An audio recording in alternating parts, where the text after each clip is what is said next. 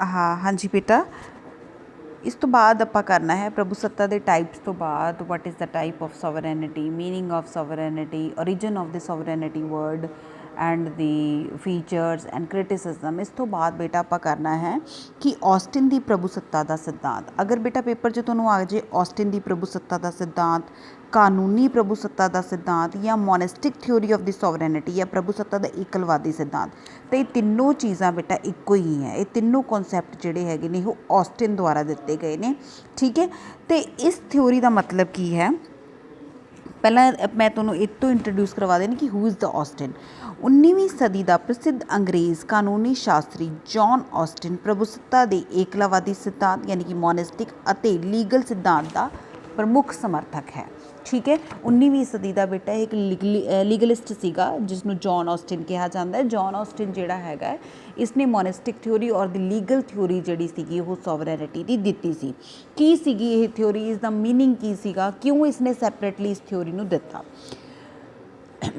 ਇਹਦੇ ਵਿੱਚ ਹੈ ਬੇਟਾ ਜੌਨ ਔਸਟਿਨ ਦੇ ਅਨੁਸਾਰ ਸੋਵਰੇਨਿਟੀ ਦੀ ਪਰਿਭਾਸ਼ਾ, ਜੇਕਰ ਇੱਕ ਨਿਸ਼ਚਿਤ ਸਰਵਉੱਚ ਵਿਅਕਤੀ ਜੋ ਆਪਣੇ ਜਿਹੀ ਹੋਰ ਚੰਗੇਰੇ ਦੀ ਆਗਿਆ ਪਾਲਨ ਕਰਨ ਦਾ ਆਦੀ ਨਾ ਹੋਵੇ ਅਤੇ ਜਿਸ ਦੀ ਆਗਿਆ ਦਾ ਪਾਲਨ ਉਸ ਦੇ ਦਿੱਤੇ ਹੋਏ ਸਮਾਜ ਦਾ ਵੱਡਾ ਹਿੱਸਾ ਸੁਭਾਵਿਕ ਹੀ ਕਰਦਾ ਹੋਵੇ, ਉਹ ਨਿਸ਼ਚਿਤ ਹੀ ਸਰਵਉੱਚ ਵਿਅਕਤੀ ਉਹ ਸਮਾਜ ਦਾ ਪ੍ਰਭੂ ਹੈ।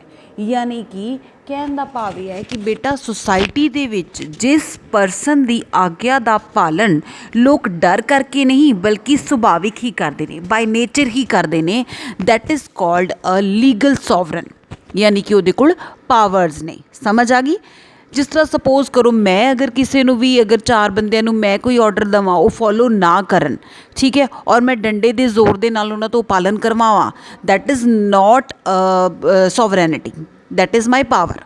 ਬਟ ਜਿਸ ਆਗਿਆ ਦਾ ਪਾਲਨ ਲੋਕ ਆਪਣੇ ਨੇਚਰ ਦੇ ਨਾਲ ਕਰਦੇ ਨੇ ਔਰ ਉਸ ਹੁਕਮ ਨੂੰ ਸਹੀ ਮੰਨ ਕੇ ਕਰਦੇ ਨੇ, ਦੈਟ ਇਜ਼ ਕਾਲਡ ਲੀਗਲ ਸੋਵਰੇਨਿਟੀ। ਤਾਂ ਉਸ ਵਿਅਕਤੀ ਨੂੰ, ਉਸ ਪਰਸਨ ਨੂੰ ਔਸਟਿਨ ਕਹਿੰਦਾ ਹੈ ਕਿ ਵਾਕਈ ਉਹਦੇ ਕੋਲ ਪ੍ਰਭੂਸੱਤਾ ਹੈ। ਸਮਝ ਆ ਗਈ। ਉਸ ਤੋਂ ਬਾਅਦ ਹੈ ਪ੍ਰਭੂਸੱਤਾ ਦੀਆਂ ਵਿਸ਼ੇਸ਼ਤਾਵਾਂ ਅਕੋਰਡਿੰਗ ਟੂ ਦ ਔਸਟਿਨ।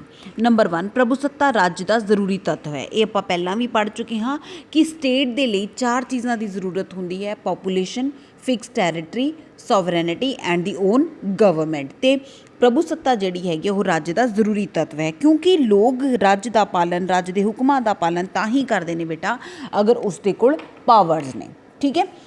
ਰਾਜ ਵਿੱਚ ਪ੍ਰਭੂ ਦਾ ਨਿਸ਼ਚਿਤ ਹੋਣਾ ਲਾਜ਼ਮੀ ਹੈ। ਅਕੋਰਡਿੰਗ ਟੂ ਦ ਔਸਟਿਨ ਇਹ ਲਾਜ਼ਮੀ ਹੈ ਕਿ ਸਟੇਟ ਵਿੱਚ ਰਹਿ ਰਹੇ ਲੋਕਾਂ ਨੂੰ ਇਹ ਪਤਾ ਹੋਣਾ ਚਾਹੀਦਾ ਹੈ ਕਿ ਪ੍ਰਭੂ ਕੌਣ ਹੈ ਨਾ।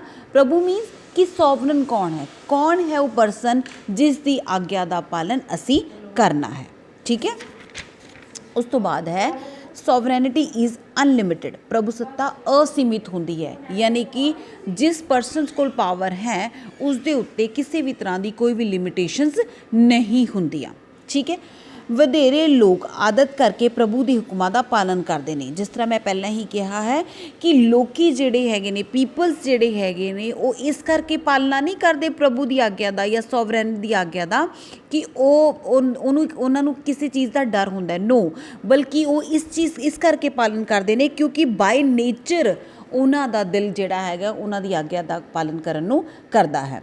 ਉਸ ਤੋਂ ਬਾਅਦ ਹੈ sovereign is the only source of law, ਕਿ ਪ੍ਰਭੂ ਹੀ ਕਾਨੂੰਨ ਦਾ ਸੋਮਾ ਹੈ। ਯਾਨੀ ਕਿ ਜਿਸ ਪਰਸਨ ਦੀ ਆਗਿਆ ਦਾ ਪਾਲਨ ਲੋਕ ਬਾਈ ਨੇਚਰ ਕਰਦੇ ਨੇ, that is the only person who is the resources of law. ਉਸ ਤੋਂ ਬਾਅਦ ਹੈ ਸੋਵਰੇਨਿਟੀ ਇਜ਼ ਇਨਵਿਡਿਬਲ, ਮੀਨਸ ਪ੍ਰਭੂਸੱਤਾ ਅਵੰਡ ਹੁੰਦੀ ਹੈ, ਯਾਨੀ ਕਿ ਪ੍ਰਭੂਸੱਤਾ ਵੰਡੀ ਨਹੀਂ ਜਾ ਸਕਦੀ। ਫੋਰ ਦ ਐਗਜ਼ਾਮਪਲ ਬੇਟਾ, ਅਗਰ ਮੈਂ ਤੁਹਾਡੀਆਂ ਔਨਲਾਈਨ ਕਲਾਸਿਸ ਲੈ ਰਹੀ ਹਾਂ, ਅਗਰ ਮੇਰੀ ਬਜਾਏ ਮੈਂ ਇੱਕ ਤੁਹਾਡੀ ਕਲਾਸ ਦੇ ਬੱਚੇ ਨੂੰ ਕਹਿ ਦੇਵਾਂ ਕਿ ਕੱਲ੍ਹ ਤੋਂ ਕਲਾਸਿਸ ਤੁਸੀਂ ਲੈਣੀਆਂ ਨੇ ਅਤੇ ਤੁਸੀਂ ਬੱਚਿਆਂ ਤੋਂ ਕੰਮ ਕਰਵਾਉਣਾ ਆ, ਤਾਂ ਸ਼ਾਇਦ ਤੁਸੀਂ ਜਿਸ ਤਰ੍ਹਾਂ ਮੇਰੀ ਗੱਲਾਂ ਨੂੰ ਫੋਲੋ ਕਰਦੇ ਹੋ, ਮੇਰੀ ਆਗਿਆ ਨੂੰ ਫੋਲੋ ਕਰਦੇ ਹੋ, ਉਸ ਬੱਚੇ ਦੀ ਆਗਿਆ ਨੂੰ ਫੋਲੋ ਨਹੀਂ ਕਰੋਗੇ, ਬਿਕੋਜ਼ ਯੂ ਨੋ ਦੈਟ ਕਿ ਇਹਦੇ ਕੋਲ ਪਾਵਰਸ ਨਹੀਂ ਹੈ। ਸਮਝ ਆ ਗਈ। ਸੋ ਉਸ ਤੋਂ ਬਾਅਦ ਹੈ ਬੇਟਾ criticism of Austin's theory of the sovereignty. ਇਹਦਾ ਕ੍ਰਿਟਿਸਿਜ਼ਮ ਕੀ ਹੈ? ਨੰਬਰ 1, ਪ੍ਰਭੂਸੱਤਾ ਸਦਾ ਨਿਸ਼ਚਿਤ ਨਹੀਂ ਹੁੰਦੀ। ਯੂ ਨੈਵਰ ਨੋ, ਅੱਜ ਅਗਰ ਮੇਰੇ ਕੋਲ ਪਾਵਰ ਹੈ, ਅਗਰ ਮੈਂ ਕੱਲ੍ਹ ਇਹ ਕਾਲਜ ਛੱਡ ਦਿੰਦੀ ਹਾਂ, ਮੈਂ ਸਬਜੈਕਟ ਛੱਡ ਦਿੰਦੀ ਹਾਂ, ਅਗਰ ਇਹ ਪਾਵਰ, ਅਗਰ ਇਹ ਤੁਹਾਨੂੰ ਕੋਈ ਹੋਰ ਟੀਚਰ ਪੋਲੀਟੀਕਲ ਸਾਇੰਸ ਪੜ੍ਹਾਉਣਾ ਸ਼ੁਰੂ ਕਰ ਦਿੰਦਾ ਹੈ, ਇਟ ਮੀਨਸ ਪਾਵਰਸ ਉਹਦੇ ਕੋਲ ਆ ਗਈਆਂ, ਹੈ ਨਾ। So it can not be a stable ਨਾ, so powers are not be a stable.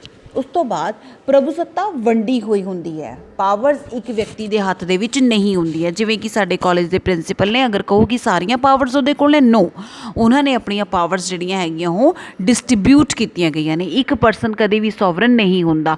ਅਗਰ ਉਹਦੇ ਕੋਲ ਸਾਰੇ ਪਾਵਰਸ ਇੱਕ ਪਰਸਨ ਕੋਲ ਆ ਜਾਣਗੀਆਂ, ਸੋ ਹੀ ਔਰ ਸ਼ੀ ਕੈਨ ਬੀ ਡਿਕਟੇਟਰਸ਼ਿਪ।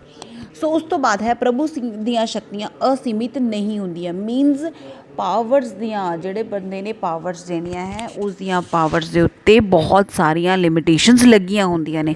ਜਿਵੇਂ ਕਿ ਲੋਕੀ ਜਿਹੜੇ ਹੈਗੇ ਨੇ, ਜਨਮਤ ਜਿਹੜਾ ਹੈਗਾ, ਨਿਊਜ਼ਪੇਪਰ, ਮੀਡੀਆ, ਇਹ ਸਾਰੀਆਂ ਜਿਹੜੀਆਂ ਚੀਜ਼ਾਂ ਨੇ, ਇਹ ਉਸ ਦੀਆਂ ਪ੍ਰਭੂ ਦੀਆਂ ਪਾਵਰਸ ਦੇ ਉੱਤੇ ਲਿਮਿਟੇਸ਼ਨਸ ਨੇ। ਜਿਵੇਂ ਕਿ ਹੁਣ ਦੇਖਿਆ ਹੋਏਗਾ ਕਿ ਅਗਰ ਗਵਰਨਮੈਂਟ ਨੇ ਕੋਈ ਕਿਸਾਨ ਦਾ ਕਾਨੂੰਨ ਕੱਢਿਆ ਤਾਂ ਲੋਕਾਂ ਨੂੰ ਉਹ ਚੀਜ਼ ਨਹੀਂ ਪਸੰਦ ਆਈ, ਤਾਂ ਲੋਕਾਂ ਨੇ ਕੀ ਕੀਤਾ, ਉਹਨਾਂ ਨੂੰ ਧਰਨੇ ਕੱਢਣੇ ਸ਼ੁਰੂ ਕਰ ਦਿੱਤੇ, ਹੈ ਨਾ। ਸੋ ਇਟ ਮੀਨਸ ਲੋਕੀ ਜਿਹੜੇ ਹੈਗੇ ਨੇ ਉਹ ਪ੍ਰਭੂ ਦੀ ਆਗਿਆ ਦਾ ਪਾਲਣ ਦਾ ਵਿਰੋਧ ਕਰ ਸਕਦੇ ਨੇ। ਸਮਝ ਆ ਗਈ। ਉਸ ਤੋਂ ਬਾਅਦ ਹੈ ਕਾਨੂੰਨ ਸਦਾ ਹੀ ਪ੍ਰਭੂ ਸੱਤਾਧਾਰੀ ਦੇ ਹੁਕਮ ਨਹੀਂ ਹੁੰਦੇ। ਕਾਨੂੰਨ ਸਦਾ ਹੀ, ਇਹ ਨਹੀਂ ਕਿ ਇੱਕ ਪਾਵਰਸ ਵਾਲੇ ਬੰਦੇ ਨੇ ਕੋਈ ਚੀਜ਼ ਕਹਿਤੀ ਉਹ ਲਾਅ ਬਣ ਗਿਆ, ਨੋ। ਸੁਪਰੀਮ ਕੋਰਟ ਦੇ ਦਿੱਤੇ ਹੋਏ ਫੈਸਲੇ, ਹਾਈ ਕੋਰਟ ਦੇ ਦਿੱਤੇ ਹੋਏ ਫੈਸਲੇ ਵੀ ਕਾਨੂੰਨ ਬਣਦੇ ਨੇ। ਕਾਨੂੰਨਾਂ ਦੀ ਪਾਲਣਾ ਉਪਯੋਗਿਤਾ ਕਰਕੇ ਕੀਤੀ ਜਾਂਦੀ ਹੈ। ਲੋਕੀ ਲਾਅ ਦਾ ਪਾਲਣ ਇਸ ਕਰਕੇ ਨਹੀਂ ਕਰਦੇ ਕਿ ਉਹਨਾਂ ਦੇ ਪਿੱਛੇ ਕੋਈ ਸ਼ਕਤੀ ਹੁੰਦੀ ਹੈ ਜਾਂ ਡਰ ਹੁੰਦਾ ਹੈ, ਨੋ। ਲੋਕੀ ਕਾਨੂੰਨਾਂ ਦਾ ਪਾਲਣ ਇਸ ਕਰਕੇ ਕਰਦੇ ਨੇ ਕਿਉਂਕਿ ਉਹ ਉਸ ਨੂੰ ਸਹੀ ਮੰਨਦੇ ਨੇ। ਹੁਣ ਦੇਖੋ, ਸੜਕ ਦੇ ਵਿੱਚੋਂ ਵਿੱਚ ਚੱਲਣਾ, ਅਗਰ ਮੈਂ ਕਹਾਂ ਸੜਕ ਦੇ ਵਿੱਚੋਂ ਵਿੱਚ ਚੱਲਣਾ ਜਿਹੜਾ ਹੈਗਾ ਉਹ ਅਪਰਾਧ ਹੈ ਜਾਂ ਨਹੀਂ ਚੱਲਣਾ ਲਾਅ ਹੈ, ਕਿ ਫੁੱਟਪਾਥ ਬਣਿਆ ਹੋਇਆ ਹੈ, ਜਿਹੜਾ ਰਾਹਗੀਰ ਹੈ ਉਹ ਉੱਤੇ ਫੁੱਟਪਾਥ 'ਤੇ ਹੀ ਚੱਲੇਗਾ, ਕੁਆਇਟ ਓਬਵੀਅਸ ਲੋਕੀ ਇਸ ਚੀਜ਼ ਨੂੰ ਫੋਲੋ ਕਰਦੇ ਨੇ। ਇਸ ਕਰਕੇ ਨਹੀਂ ਵੀ ਗਵਰਨਮੈਂਟ ਨੇ ਕਿਹਾ ਹੈ, ਉਹ ਇਸ ਕਰਕੇ ਫੋਲੋ ਕਰਦੇ ਨੇ ਬਿਕੋਜ਼ ਅਗਰ ਉਹ ਸੜਕ ਦੇ ਵਿੱਚ ਕਾਰ ਚੱਲਣਗੇ ਤਾਂ ਐਕਸੀਡੈਂਟ ਹੋ ਸਕਦਾ ਹੈ, ਠੀਕ ਹੈ। ਸੋ ਉਸ ਤੋਂ ਬਾਅਦ ਹੈ ਅੰਤਰਰਾਸ਼ਟਰੀ ਸਹਿਯੋਗ ਦੇ ਰਸਤੇ ਵਿੱਚ ਰੁਕਾਵਟ ਹੈ। ਅਗਰ ਇੱਕ ਪਰਸਨ ਕੋਲ ਪਾਵਰ ਹੋਏਗੀ ਤਾਂ ਇੰਟਰਨੈਸ਼ਨਲ ਲੈਵਲ 'ਤੇ ਉਹ ਚੀਜ਼ ਜਿਹੜੀ ਹੈਗੀ ਹੈ ਉਹ ਇੰਨੀ ਫਾਇਦੇਮੰਦ ਨਹੀਂ ਰਹੇਗੀ। ਇਹ ਲੋਕਤੰਤਰਿਕ ਸਿਧਾਂਤਾਂ ਦੇ ਵਿਰੁੱਧ ਹੈ। ਅਗਰ ਇੱਕ ਬੰਦੇ ਕੋਲ ਹੀ ਪਾਵਰ ਹੋਏਗੀ ਸੋ ਇਹ ਡੈਮੋਕ੍ਰੇਸੀ ਦੇ ਬਿਲਕੁਲ ਉਲਟ ਹੈ, ਬਿਕੋਜ਼ ਡੈਮੋਕ੍ਰੇਸੀ ਦਾ ਕਹਿੰਦੀ ਹੈ for the people, by the people and to the people. ਉਸ ਤੋਂ ਬਾਅਦ ਹੈ ਆਸਟਿਨ ਰਾਜਨੀਤਿਕ ਪ੍ਰਭੂਸੱਤਾ ਨੂੰ ਅੱਖੀਓਂ ਉੱਲੂ ਕਰਦਾ ਹੈ, ਮੀਨਸ ਪੋਲੀਟੀਕਲ ਪਾਵਰਸ, ਜਿਹੜੇ ਪਰਸਨਸ ਕੋਲ ਪਾਵਰਸ ਹੁੰਦੀਆਂ, ਮੰਤਰੀ ਹੁੰਦੇ ਨੇ, ਅਲੱਗ-ਅਲੱਗ ਲੈਵਲ ਦੇ ਮੰਤਰੀ ਹੁੰਦੇ ਨੇ, ਸਟੇਟ ਲੈਵਲ, ਸੈਂਟਰਲ ਲੈਵਲ। ਸੋ ਜਿਹੜੀ ਆਸਟਿਨ ਹੈ ਉਸਨੇ ਆਪਣੀ ਰਾਜਨੀਤਿਕ ਪ੍ਰਭੂਸੱਤਾ ਨੂੰ ਇਸ ਦੇ ਵਿੱਚ ਇਨਕਲੂਡ ਨਹੀਂ ਕੀਤਾ। ਇਹ ਸਿਧਾਂਤ ਖਤਰਨਾਕ ਹੈ। ਖਤਰਨਾਕ, ਡੇਂਜਰਸ ਥਿਊਰੀ ਕਿਵੇਂ? ਬਿਕੋਜ਼ ਬੇਟਾ ਅਗਰ ਇੱਕ ਪਰਸਨ ਕੋਲ ਪਾਵਰ ਆ ਜਾਣਗੀਆਂ ਸੋ ਹੀ ਔਰ ਸ਼ੀ ਕੈਨ ਬੀ ਡਿਕਟੇਟਰਸ਼ਿਪ, ਉਸ ਪਾਵਰਸ ਦਾ ਮਿਸਯੂਜ਼ ਹੋ ਸਕਦਾ ਹੈ। ਇਹ ਸਿਧਾਂਤ ਸਮਾਨਤਾ ਦਾ ਵਿਰੋਧੀ ਹੈ। ਸਮਾਨਤਾ ਕੀ ਕਹਿੰਦੀ ਹੈ ਕਿ everybody is equal before the law, ਠੀਕ ਹੈ, ਹਰ ਇੱਕ ਪਰਸਨ ਇਕੁਅਲ ਹੈ। ਲੇਕਿਨ ਇੱਥੇ ਕੀ ਹੈ, ਆਸਟਿਨ ਨੇ ਪ੍ਰਭੂਸੱਤਾ ਦੇ ਸਿਧਾਂਤ ਨੇ ਸਿਰਫ ਔਰ ਸਿਰਫ ਇੱਕ ਪਰਸਨ ਨੂੰ ਜਿਹੜਾ ਹੈਗਾ ਉਹ ਪ੍ਰਭੂ ਮੰਨਿਆ ਹੈ, ਇੱਕ ਪਰਸਨ ਨੂੰ ਪਾਵਰ ਦੇਣ ਦੇ ਹੱਕ ਦੇ ਵਿੱਚ ਹੈ। ਉਸ ਤੋਂ ਬਾਅਦ ਹੈ ਬਹੁਲਵਾਦੀਆਂ ਦੁਆਰਾ ਇਹ ਸਿਧਾਂਤਾਂ ਦੀ ਆਲੋਚਨਾ। ਬਹੁਲਵਾਦੀ ਕੀ ਕਹਿੰਦੇ ਨੇ? ਪਲੂਰਲਿਸਟਿਕ ਥਿਊਰੀ ਆਫ ਦ ਡੈਮੋਕ੍ਰੇਸੀ ਕੀ ਕਹਿੰਦੀ ਹੈ ਕਿ ਪਾਵਰਸ ਇੱਕ ਕੋਲ ਨਹੀਂ ਬਲਕਿ ਸਭ ਕੋਲ ਹੁੰਦੀਆਂ ਨੇ, ਠੀਕ ਹੈ, ਕਿ ਪਾਵਰਸ ਵੰਡੀਆਂ ਗਈਆਂ ਹੁੰਦੀਆਂ ਨੇ। ਜਿਵੇਂ ਕਿ ਆਪਣੇ ਦੇਸ਼ ਦੇ ਵਿੱਚ ਅਗਰ ਮੈਂ ਗੱਲ ਕਰਾਂ ਤਾਂ ਸੈਂਟਰਸ ਕੋਲ ਅਲੱਗ ਪਾਵਰਸ ਨੇ, ਸਟੇਟ ਕੋਲ ਅਲੱਗ ਪਾਵਰਸ ਨੇ, ਹੈ ਨਾ, ਪਾਵਰ ਡਿਸਟਰੀਬਿਊਟਸ ਕੀਤੀਆਂ ਗਈਆਂ ਨੇ ਨਾ। ਬਟ ਫਿਰ ਵੀ ਜਿਹੜੇ ਆਸਟਿਨ ਦੀ ਪ੍ਰਭੂਸੱਤਾ ਹੈ ਇਸ ਦੀ ਜਿਹੜੀ ਹੈਗੀ ਹੈ ਇੰਪੋਰਟੈਂਸ ਹੈ। ਕਿਵੇਂ? ਰਾਜ ਹੀ ਕਾਨੂੰਨ ਦਾ ਇੱਕ ਸੋਮਾ ਹੈ। ਇਸਨੇ ਸਵੀਕਾਰ ਕੀਤਾ ਹੈ ਕਿ ਸਟੇਟ ਦੇ ਵਿੱਚ ਰਹਿ ਕੇ ਹੀ ਜਿਹੜੇ ਲਾਅ ਨੇ ਉਹ ਬਣਾਏ ਜਾ ਸਕਦੇ ਨੇ। ਕਾਨੂੰਨ ਰਾਜ ਦੀ ਸ਼ਕਤੀ ਦੁਆਰਾ ਹੀ ਲਾਗੂ ਕੀਤੇ ਜਾ ਸਕਦੇ ਨੇ। ਏਕਤਾ ਦੇ ਉੱਤੇ ਜ਼ੋਰ, ਹੈ ਨਾ, ਯੂਨਿਟੀ, ਕਿ ਇੱਕ ਪਰਸਨ ਕੋਲ ਪਾਵਰਸ ਹੋਣਗੀਆਂ ਤਾਂ ਉਹ ਸਹੀ ਔਰ ਗਲਤ ਦਾ ਫੈਸਲਾ ਈਜ਼ੀਲੀ ਲੈ ਸਕਦਾ ਹੈ। ਸੰਘ ਰਾਜ ਦੇ ਸਮਾਨ ਨਹੀਂ ਹਨ, ਕਿ ਜਿੰਨੇ ਵੀ ਛੋਟੇ ਛੋਟੇ ਰਾਜ ਨੇ, ਜਿੰਨੇ ਵੀ ਛੋਟੇ ਛੋਟੇ ਇੰਸਟੀਟਿਊਸ਼ਨ ਨੇ, ਛੋਟੀ ਛੋਟੀ ਸਭਾਵਾਂ ਬਣੀਆਂ ਹੋਈਆਂ ਨੇ, ਠੀਕ ਹੈ, ਇਹ ਜਿਹੜੇ ਹੈਗੇ ਨੇ ਇਹ ਸਟੇਟ ਦੇ ਇਕੁਅਲ ਨਹੀਂ ਹਨ। ਸੰਘਵਾਦੀਆਂ ਦੁਆਰਾ ਕੀਤੀ ਗਈ ਆਲੋਚਨਾ ਉਚਿਤ ਨਹੀਂ ਹੈ। ਸੰਘਵਾਦੀ ਕਹਿੰਦੇ ਨੇ ਕਿ ਸਾਰੇ ਪਰਸਨਸ ਕੋਲ ਪਾਵਰਸ ਹੁੰਦੀਆਂ ਨਹੀਂ, ਲੇਕਿਨ ਸਾਰੇ ਪਰਸਨਸ ਕੋਲ ਜਾਂ ਸਾਰੇ ਇੰਸਟੀਟਿਊਸ਼ਨਸ ਕੋਲ ਪਾਵਰ ਸੇਮ ਨਹੀਂ ਹੁੰਦੀਆਂ। ਕਨਕਲੂਜਨ ਦੇ ਵਿੱਚ ਆਪਾਂ ਇਹ ਕਹਿ ਸਕਦੇ ਨੇ ਕਿ ਬੇਟਾ ਹਾਂ ਠੀਕ ਹੈ, ਆਸਟਿਨ ਦੀ ਪ੍ਰਭੂਸੱਤਾ ਦਾ ਸਿਧਾਂਤ ਗਲਤ ਹੈ, ਕੁਝ ਆਲੋਚਕਾਂ ਨੇ ਉਹਦੀ ਆਲੋਚਨਾ ਵੀ ਕੀਤੀ ਨਹੀਂ, ਬਟ ਸਟਿਲ ਜਿਹੜਾ ਆਸਟਿਨ ਦੀ ਪ੍ਰਭੂਸੱਤਾ ਦਾ ਸਿਧਾਂਤ ਹੈ ਉਹ ਜ਼ਰੂਰੀ ਵੀ ਹੈ ਔਰ ਫਾਇਦੇਮੰਦ ਵੀ ਹੈਗਾ, ਠੀਕ ਹੈ।